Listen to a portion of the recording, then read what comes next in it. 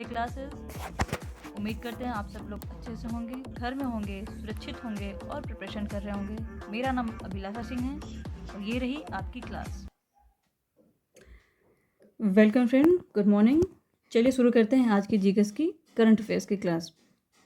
तो फ्रेंड, आज का जो पहला क्वेश्चन है, जो आज की पहली न्यूज़ है, वो ये है कि 39 वर्षीय किस व्यक्ति को, यानी कि 39 वर्षीय किस व्यक्ति को हाल ही में पाकिस्तान के नए राष्ट्रीय सुरक्षा सलाहकार के रूप में नियुक्त किया गया है।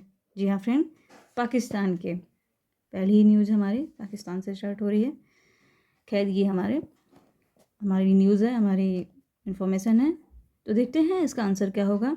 तो इसका आंसर होगा मोहम्मद यूसुफ। इसका जो सेकंड नंबर का ऑप्शन है वो इसका सही जवाब होगा।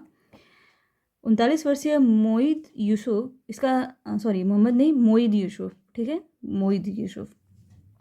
39 वर्षीय मोईद यूसुफ को हाल ही में पाकिस्तान के नए राष्ट्रीय सुरक्षा सलाहकार के रूप में नियुक्त किया गया है। वे वर्ष 24 दिसंबर 2019 से प्रधानमंत्री इमरान खान के स्पेशल एडवाइज़र थे। Moid Yusuf United state institute of peace में एशिया सेंटर के वाइस प्रेसिडेंट रह चुके हैं। ठीक है, अब देखते हैं फ्रेंड अगली न्यूज़ क्या है।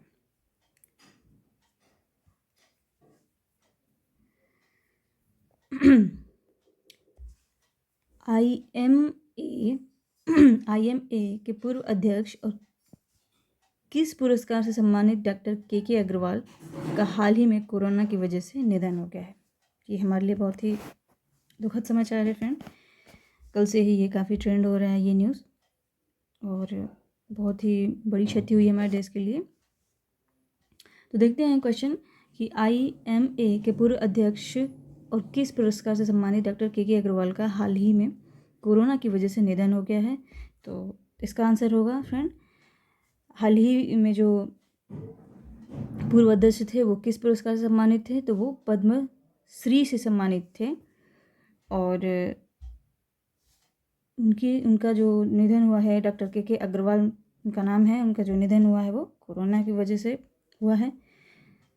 इंडियन मेडिकल एसोसिएशन यानी कि आईएमए के पूर्व अध्यक्ष और पद्मश्री पुरस्कार से सम्मानित इंडियन मेडिकल एसोसिएशन के पूर्व अध्यक्ष और पद्मश्री पुरस्कार से सम्मानित डॉक्टर के अग्रवाल का हाल ही में 62 साल की उम्र में कोरोना की वजह से निधन हो गया। उन्हें वर्ष 2010 में पद्मश्री से सम्मानित किया गया था।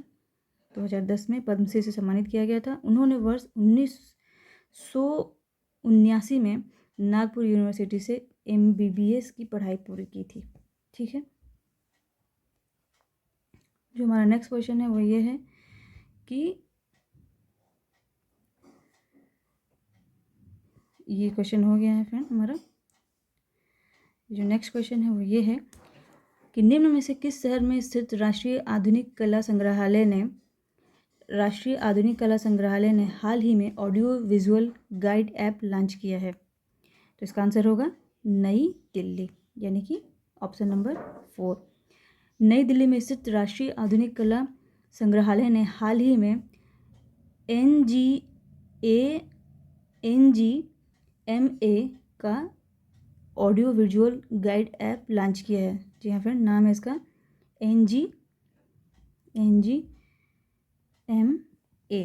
ठीक है, इसका इन्होंने audio visual guide app launch किया है, जिसके द्वारा संग्रहालय के दर्शकों के लिए गैलरी में प्रदर्शित बहुमूल्य भारतीय आधुनिक कला से संबंधित उपाख्यानों और कहानियों को कहीं भी सुना जा सकता है। ये अच्छी बात है, क्योंकि कहीं हम घूमने जाते हैं तो अलाउड नहीं होता है कि मतलब हम उसको कैप्चर करें, या फिर हम उसके घूमते तो हैं बट हम उसको डिस्क्राइब नहीं कर पाते हैं कि हम क्या देख रहे हैं।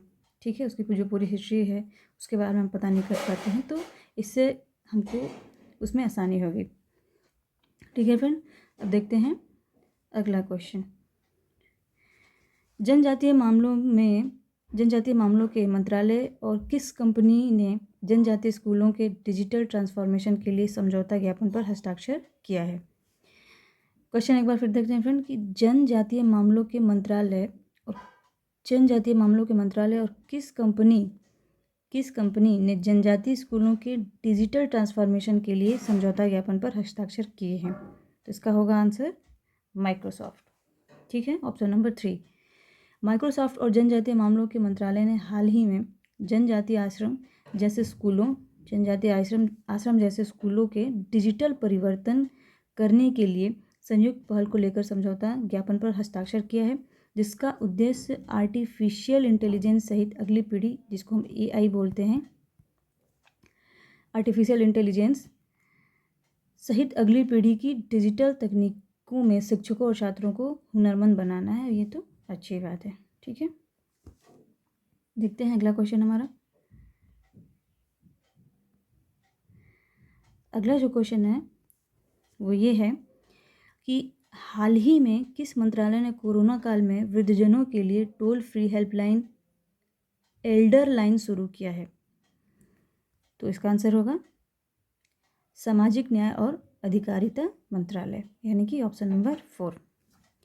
हाल ही में सामाजिक न्याय और अधिकारिता मंत्रालय ने कोविड महामारी के दौरान वृद्धजनों की समस्याओं को दूर करने के लिए toll free helpline Elder line 14567 जो नंबर है शुरू की है।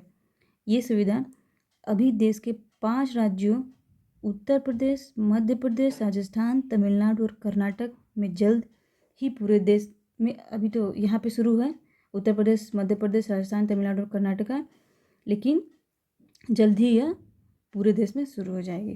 ठीक है फ्रेंड, अगला क्वेश्चन है हमारा, हाल ही में किसने उच्च शिक्षा विभाग के साथ मिलकर भारतीय भाषा को सीखने का ऐप बनाने के लिए इनोवेशन चैलेंज शुरू किया है? जी हाँ फ्रेंड, ये एक अच्छी बात है। तो इसका आंसर है मायगांव। मायगांव इसका आंसर है। भारत सरकार का नागरिक से जुड़ने का मंच मायगांव ने हाल ही में उच्च शिक्षा विभाग के साथ मिलकर भारतीय भाषा को सीखने का ऐप बनाने के लिए इनोवेशन चैलेंज शुरू किया है। यह इनोवेशन चैलेंज भारत की सांस्कृतिक विविधता को बढ़ावा देने के प्रधानमंत्री के सपने को आगे ले जाने का लक्ष्य है। ठीक है फ्रेंड, अगला क्वेश्चन देखते हैं। निम्न में से किस विभाग के सचिव श्री अंशु प्रकाश ने हाल ही में नेटवर्क सिक्योरिटी पर एक ऑनलाइन सर्टिफिकेट पाठ्यक्रम का उद्घाटन किया है? इसका आंसर होगा फ्रेंड दूरसंचार विभाग। संचार मंत्रालय के दूरसंचार विभाग के सचिव और डिजिटल संचार आयोग के अध्यक्ष श्री अंशु प्रकाश ने संचार मंत्रालय के दूरसंचार विभाग के सचिव और डिजिटल संचार आयोग के अध्यक्ष श्री अंशु प्रकाश ने हाल ही में नेटवर्क सिक्योरिटी पर एक ऑनलाइन सर्टिफिकेट पाठ्यक्रम का उद्घाटन किया है। यह पाठ्यक्रम का आयोजन प्रशिक्षण संस्थान national telecommunication institute for policy research, innovation and training द्वारा किया गया है, जिसको हम कहते हैं NTIPRIT। ठीक है फ्रेंड, तो ये थी आज की कुछ मुख्य खबरें। उम्मीद करते हैं आप सबको पसंद आई होंगी। तो आज के लिए इतना ही, कल फिर कुछ नए क्वेश्चन के साथ आएंगे, डिस्कशन करेंगे। ठीक है फ्रेंड, तो आज के लिए इतना ही। घर में रहिए, सुरक्षित रहिए और अपनी प्रिपरेशन करते रहिए। कल तक के लिए बाय एंड टेक केयर।